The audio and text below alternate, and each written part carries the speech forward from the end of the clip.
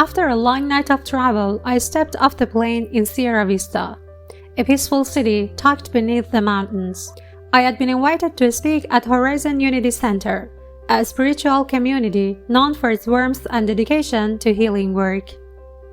My schedule was full: free services, a workshop, and a small evening gathering. I was exhausted, running on almost no sleep, and still flipping through my notes as I walked through the doors of the center. Inside, the senior minister, Dr. Harold Lane, greeted me with his usual calm smile. But this time, he followed the greeting with something unexpected. "Do you know the Bright Path Foundation?" he asked. "Of course," I said. "They help grant wishes to seriously ill kids." He nodded gently. "We received a request this week. A young girl named Lily Hartman, 17 years old.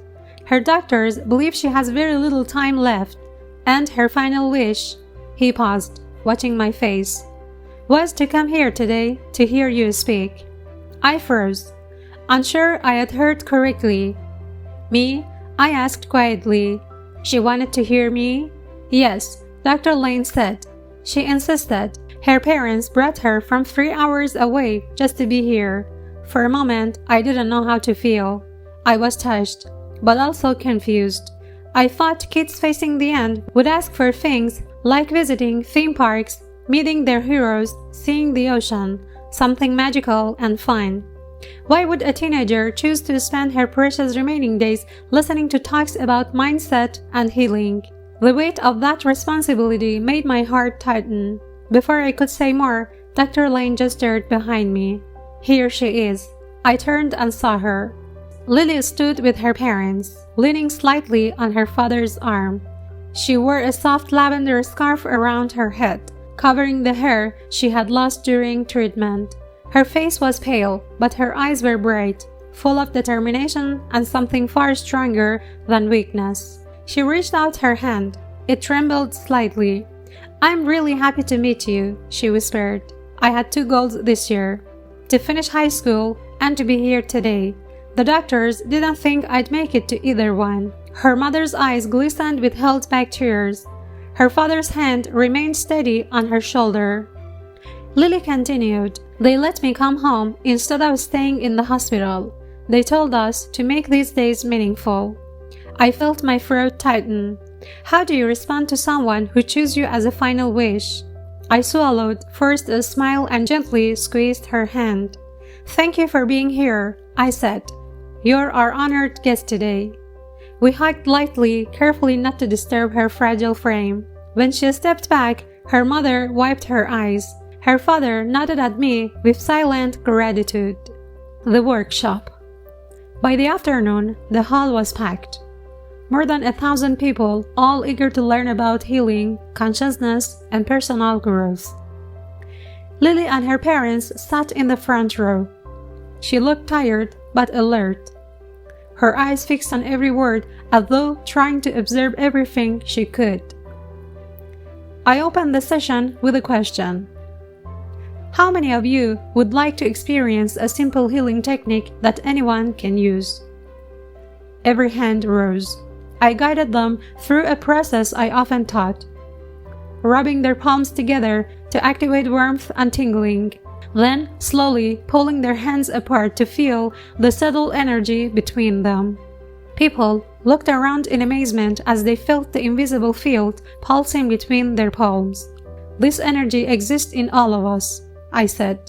"Every person has the ability to give and receive healing in their own way." The room felt full of light, calm, strong, and connected. But something inside me kept turning back toward Lily. She had not come for entertainment. She had come for strength. So, acting on instinct, not planning, not thinking, I said, "This morning I met a young woman named Lily. Her journey is difficult, but her courage is extraordinary.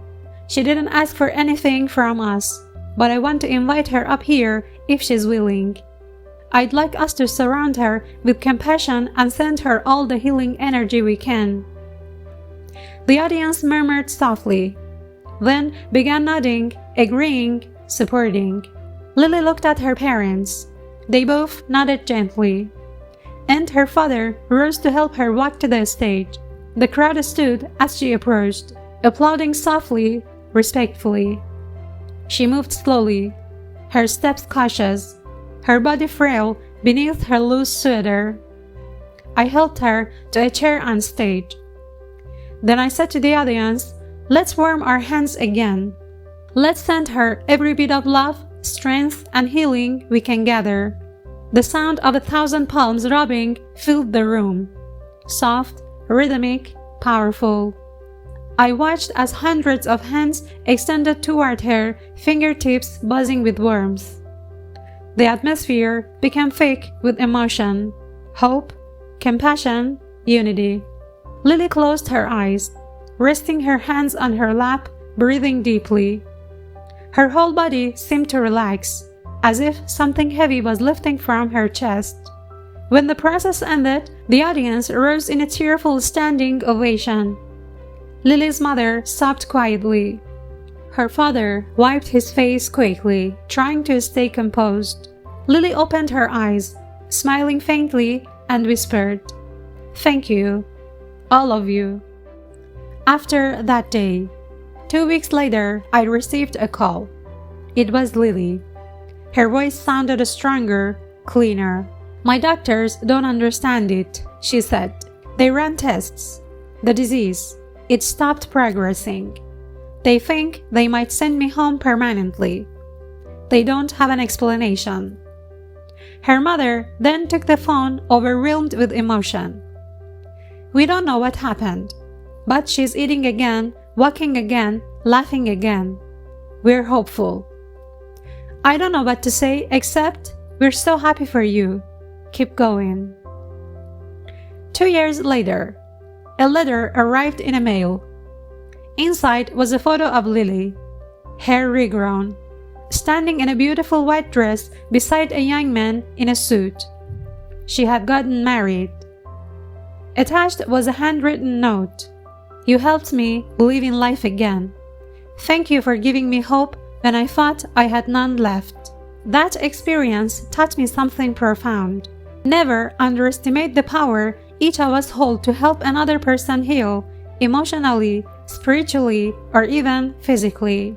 Healing energy isn't limited to experts or miracles. It lives in simple compassion. It lives in presence. It lives in connection. And sometimes it lives in a room full of people sending their love to a girl who refused to give up. The end.